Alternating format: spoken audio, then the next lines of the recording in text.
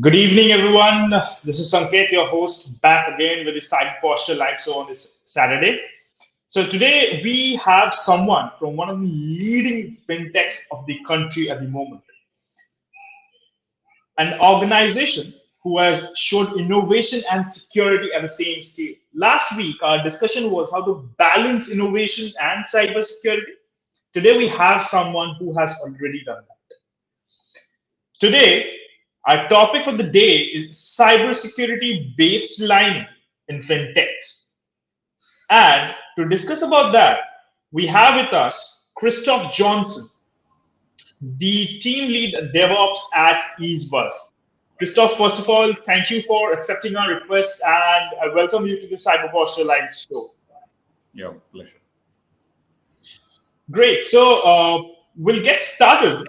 My first question in this fireside chat, Christoph, is could you overview what baselining cybersecurity means in the context of fintech? Because baseline can be anything, right? And it is industry specific. But why it is, first of all, particularly important in this particular interest industry that you are in? And what does baseline of cybersecurity mean to you? All right. So, as we're a fintech and we deal with cardholder data, so we actually come under PCID's guidelines. So that is what I would say. What I've read is, so one of the most two stringent standardization is one is HIPAA and one is PCI-DSS, and which deals with the patient data and the money. So if we actually, and we have been almost like 6-7 years an yearly audit on PCI-DSS. So we actually know what we have done wrong and how to design our systems during the course of time. And we actually before, so our agenda or like our vision is security should be basically built in than bolted in than on an architecture. So if you're actually designing something, so you should actually have like just as important as performance, security should be also there.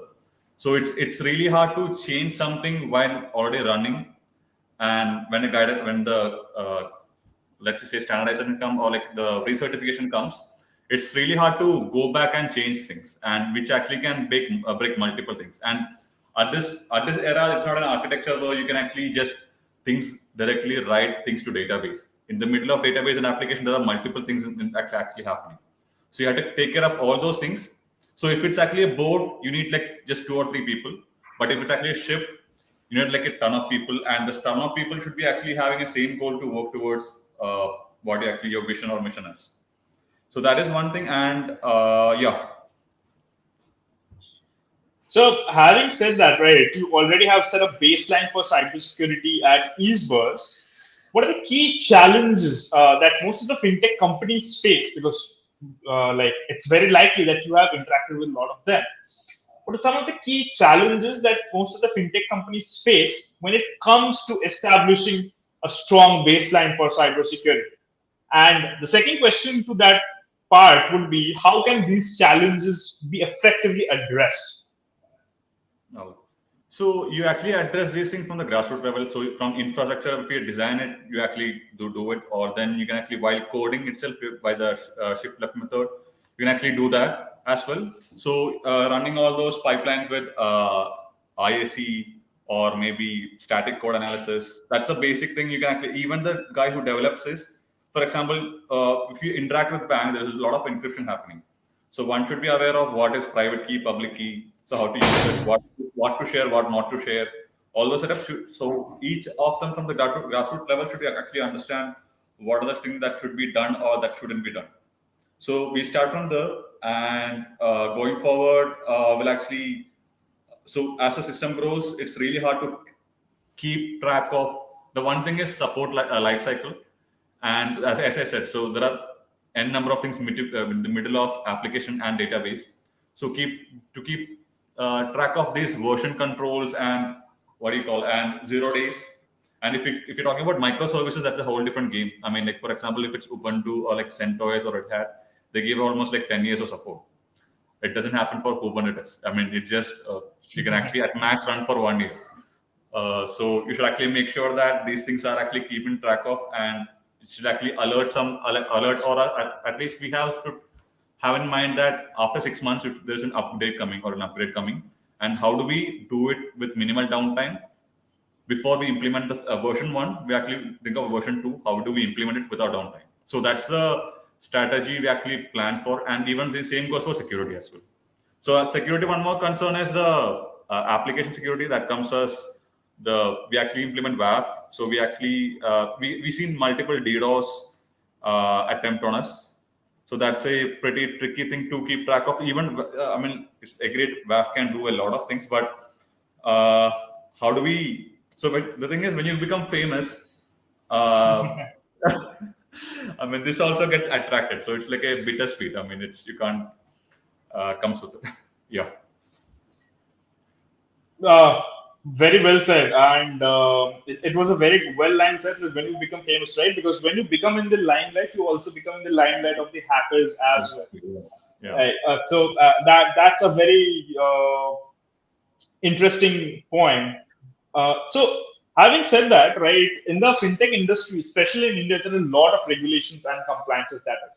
So, how do you see that has helped in terms of your shaping up or your like creating the baseline, and what are the areas that you see that which needs a bit more of attention, which could help in more baseline? All right. So in India, it's not just PCI DSS for us. So when RBI also had its own guidelines, so we active. So it's basically RBI. So we are also RBI certified and then PCI DSS certified. So it's basically RBI certificates are a bit of a superset of PCI DSS. So 90% of things covers in PCI DSS, but the 10% that actually gaps, it's pretty and it's keep on changing. I mean, PCI DSS changed gradually, but this RBIs are they just drop a bomb. So just have to follow it, and so that is one thing. And it's pretty so when you say how actually we keep track of this compliance and all, it's pretty tough. So while we are going through the process of compliance, it's almost like 3 months, 3 to 6 months. We actually hate it. We actually hate it. I mean, while the phase, but in a way that after the compliance, we are actually you can actually it helps us sleep better at night. So knowing that so compliance is basically hygiene, right? Basic hygiene that one should follow to do a business in this sector. So if we actually do this basic hygiene, then helps us to sleep better. Yeah, that's the best way. But while doing it, it's really hard. I mean, it's we do things, it bounce back. We do things again, and it's pretty hard. And there's also people factor in this one, which is pretty what do you call it? Say wild card. So process tech is fine, it's predictable, but people is actually a wild card. So I have an interesting point here to make, right? So would you consider the RBI guidelines for the fintech sector to be like the NCRT for CBSE? Yeah, I mean, are you talking about the new NCRT or the old one? No, the old one. Yeah, I mean, yeah. So I studied in CBSE, so I know. I mean, while doing it, it was pretty hard, but after this, I understood. Yeah, it was worth it. Right. So when you said it, that just clicked my mind because my 11 and 12 was also in a CBSE board. So and Oh, teachers always used to tell us to read the NCERT and we were like, ये नहीं पढ़ना है, बाकी सब कुछ कर लेंगे, ये वाला नहीं करना. But that actually helped in the later phase. yeah. So yeah, Okay. just continue. Yeah. So while fintechs, right, as one of the leading fintechs of the country, you work with a lot of banks, Correct. the most crucial sector in terms of cyber threats. Now, at times you also need to connect with the CBS, which is the core banking systems, right, for some kind of activities that you need to work. And the kind of security and the measures that they have is a different kind of baseline, right? Because that baseline and the baseline that fintechs has are different. Also, they have a lot of firepower to be invested on cybersecurity, which fintechs might not have. How do you catch up to that baseline? Because they would expect if you are connecting to their uh, core banking systems, your security should be higher than theirs. Because if anyone wants to get there, they would just try and hacking attempt on you and try to get there.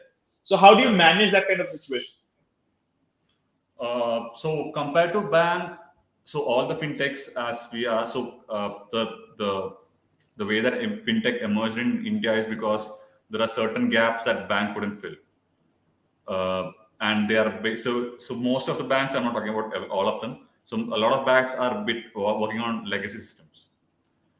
If you're actually working on legacy system, and when you actually have to you have to collaborate with us, you have to it's pretty hard. And so basic thing is we actually so the basic that guidelines, we actually have all the communication are encrypted.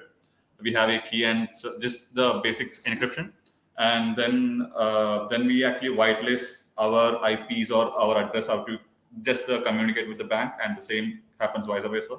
So only they can communicate among us. So and we actually segregate our core banking, where we actually interact with the bank, and our other or like a value added service. It's actually segregated from the core banking APIs.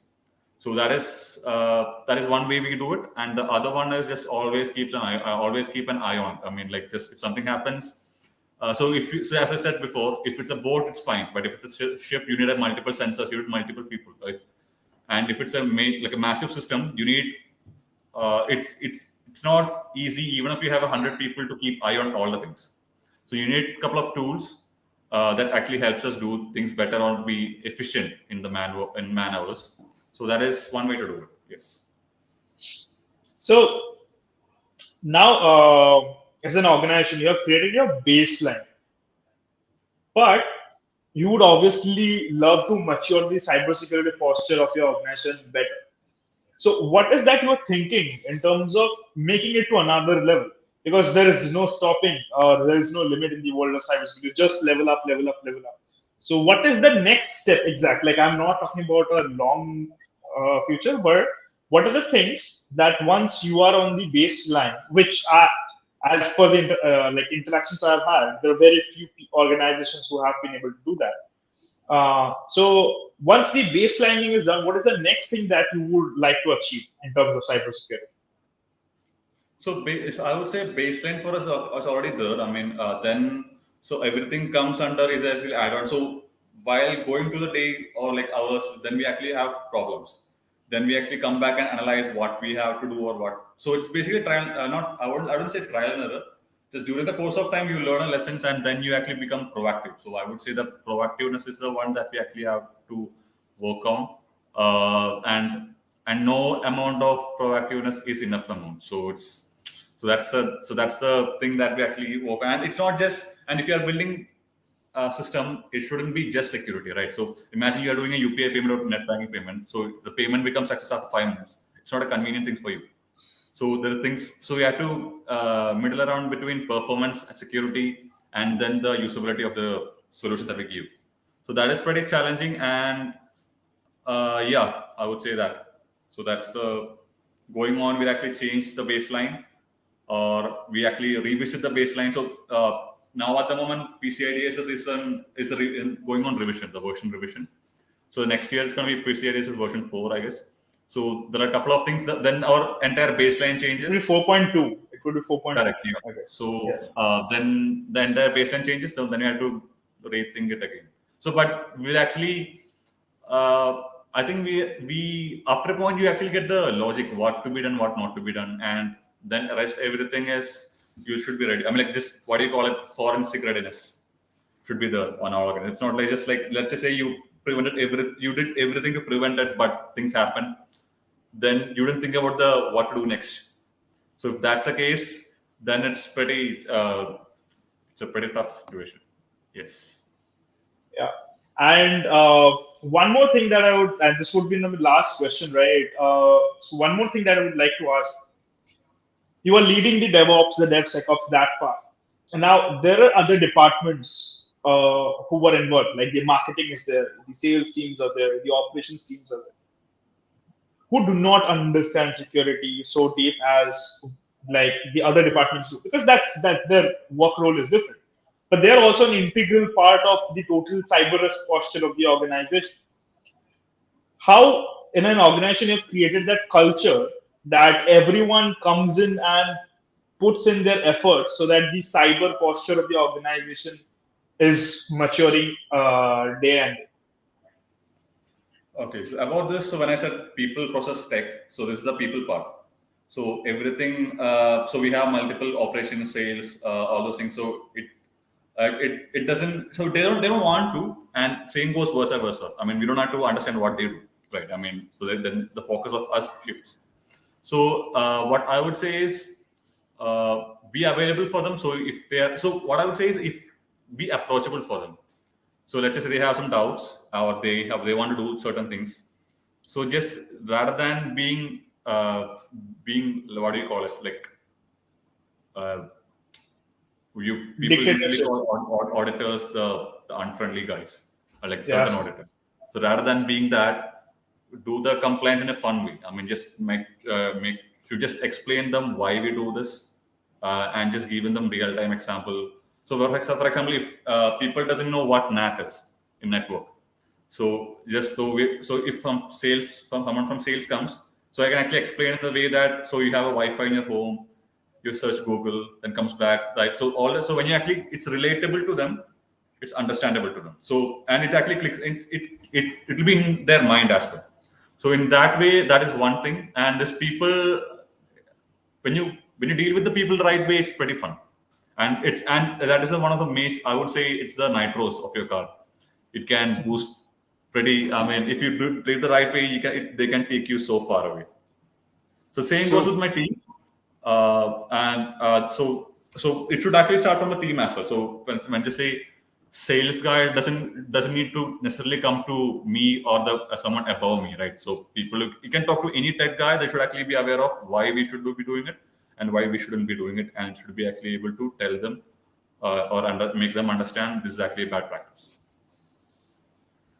great. It was awesome chatting with you on this fireside chat, Christoph.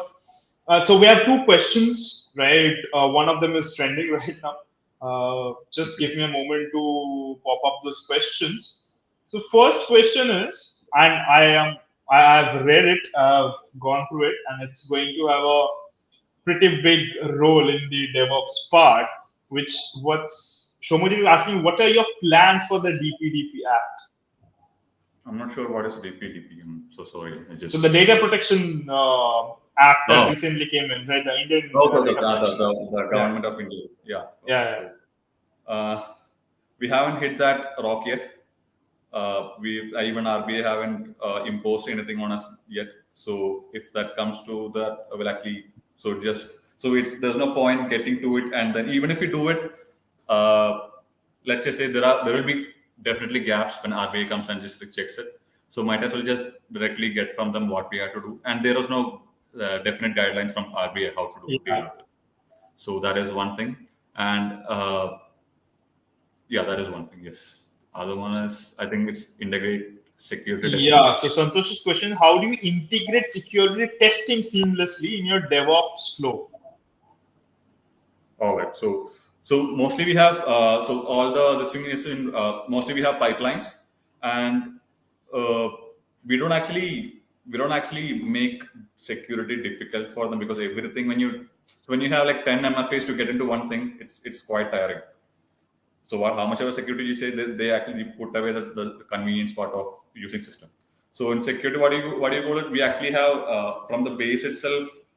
Uh, we don't use any hard coded secrets in the code, and even if we use it, we actually have an SAST system that actually catches it and then gets back to them work, and then that is one SAST, and then we also have a DAST system where so it's not a hard check on the pipeline, but before something major goes live, that should be in the release cycle, I mean, or the release doc, or else it doesn't go through it.